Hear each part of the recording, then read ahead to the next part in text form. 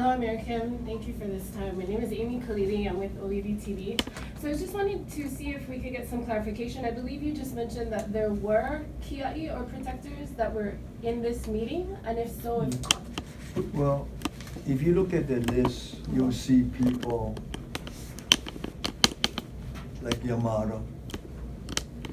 Yamada is an old friend. Matter of fact, one of my very good friends. We're one of the leaders of the sovereignty group. Being on different side of the issues don't make a differentiation who you are friends with.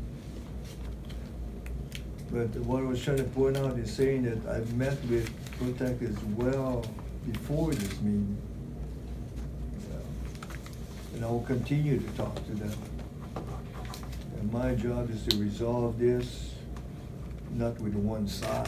It can't be resolved with one side, and hopefully I'm trying to be as fair as I can. Wonderful, thanks for that clarification. As you mentioned at the start of the conference, you reiterated the governor's request on July 23rd for you to help to reach common ground with the protectors and the broader community. Given this meeting that was held, do you think that there will be, are you planning to create opportunity for protectors and perhaps even TMT leadership to be at a table to have some discussions face to face? I hope we get there, because I think well, I feel anyway. I don't believe in people coming together to not to listen. The only way you're gonna get anywhere is a true desire to listen. I don't believe in setting up a area so people can scream and yell at each other. And this is why a separate type of meeting and different meetings, and many more meetings will be held for me to even remotely have a chance to resolve this in a good way. And so the answer is yes, hopefully one day we get there. Mayor Kim, you talked about access and trying to return it back to normal in a sense. Can you share some of the steps of how you plan to do that? Besides prayer, and I'm serious about that,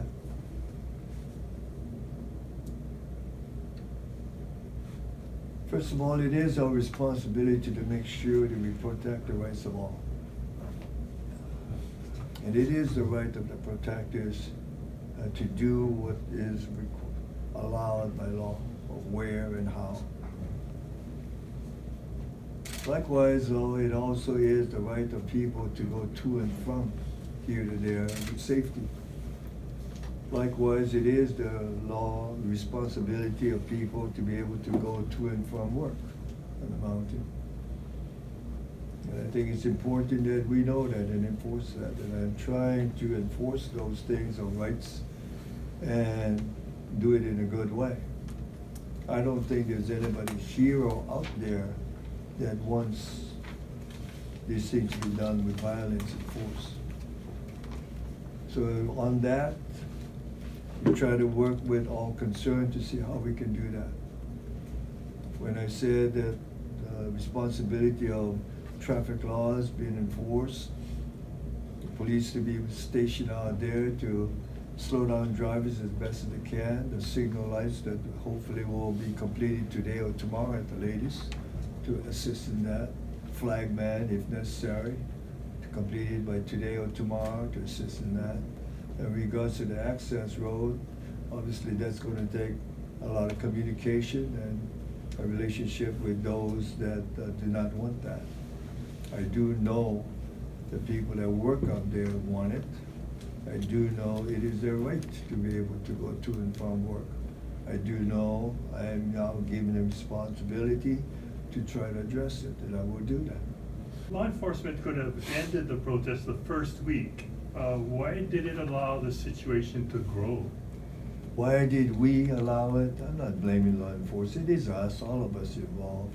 Why did we allow it to grow?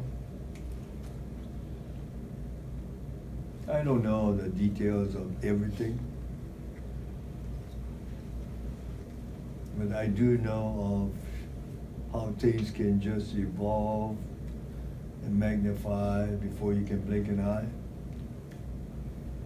I don't know how the rest will answer it, but I'll answer it this way. I don't think anyone had any concept that this will grow so much so fast. I think what they did not understand, that I really believe that this is not just about the mountain. This is not about just the telescope, but I've said it out there at the mountain, and I've written it down. And I'll read it back to you. This is about the recognition of a deeply painful history of intrusions on the First Nation of Hawaii, which today are reflected in issues such as Maunakea. It is about the wrongs done to indigenous people of the world whose scars remain fresh. This is not just Hawaii, it is of the way we treated people of past. Whether we're talking about the continent of South America or Africa or North America, you know, what has happened here in the past has happened all over the world. And sometimes it comes out, and I think this is one of the reasons of why we have such a huge demonstration of people. Like I say, it's not just about the mountain of Maunakea and the telescope. I said it is symbolic of. Do I still support TMT?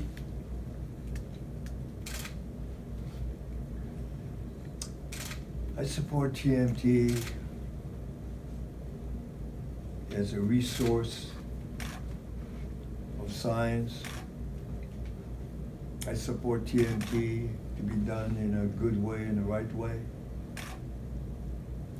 I support TMT done in a good way, in the right way. We use it as a tool to help the people of this island. I support TMT as an alternate to a major impact of tourism for a small place like Hawaii, because I don't want to be like Maui, Kauai, and Oahu, of such dependency on the resort industry that is good, but not too dominant. And we need alternatives. When you're mayor, making decisions can be easiest damn thing in the world or difficult.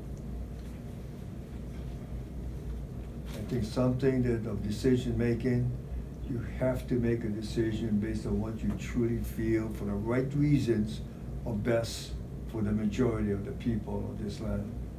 And that's, TMT falls within that. But remember, if you go and talk to any of the telescope people, any of them, because I asked for a meeting with them long time ago. And I told them of how they have got to be better, but not just them, we all are, including you standing there, regards to how we relate to each other and develop things and do things. Is that a long roundabout answer of your question? No, it's not. It's an element of how we have to look at things. The TMT, I felt, could be a good thing. Do I excuse the mistakes of past? No. I recognize it and know we gotta get better. Which comes back to the timing question. At this point, you are willing to let it linger in order to come to that kind of a conclusion? I don't like your use of words linger. To let it linger? Come on, give me a break. I wouldn't do that. I'm gonna do everything I can, I tell you, so we don't get there. And I mean everything I can. No, I will not let it linger. Are we not there now? Where? At that point, Of? needing to resolve it sooner than later? Or do you think it's not gone on long enough? Of course it's gone on too long. I will repeat what I said. If I don't feel we have a chance of getting together to resolve it in a good and better way, I wouldn't be trying. I'm trying because I feel there is a chance. I've got faith in people.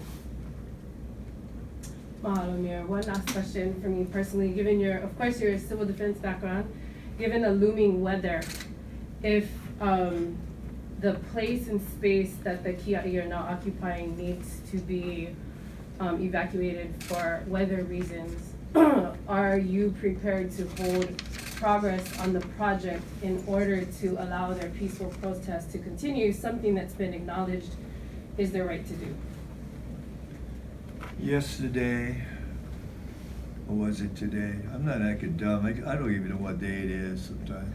My staff will tell you, I ask this all the time, what day is this? I even want to know it's lunchtime here. Not that I eat lunch, but there's a guide to what time it is. I talked to the head of Docare yesterday.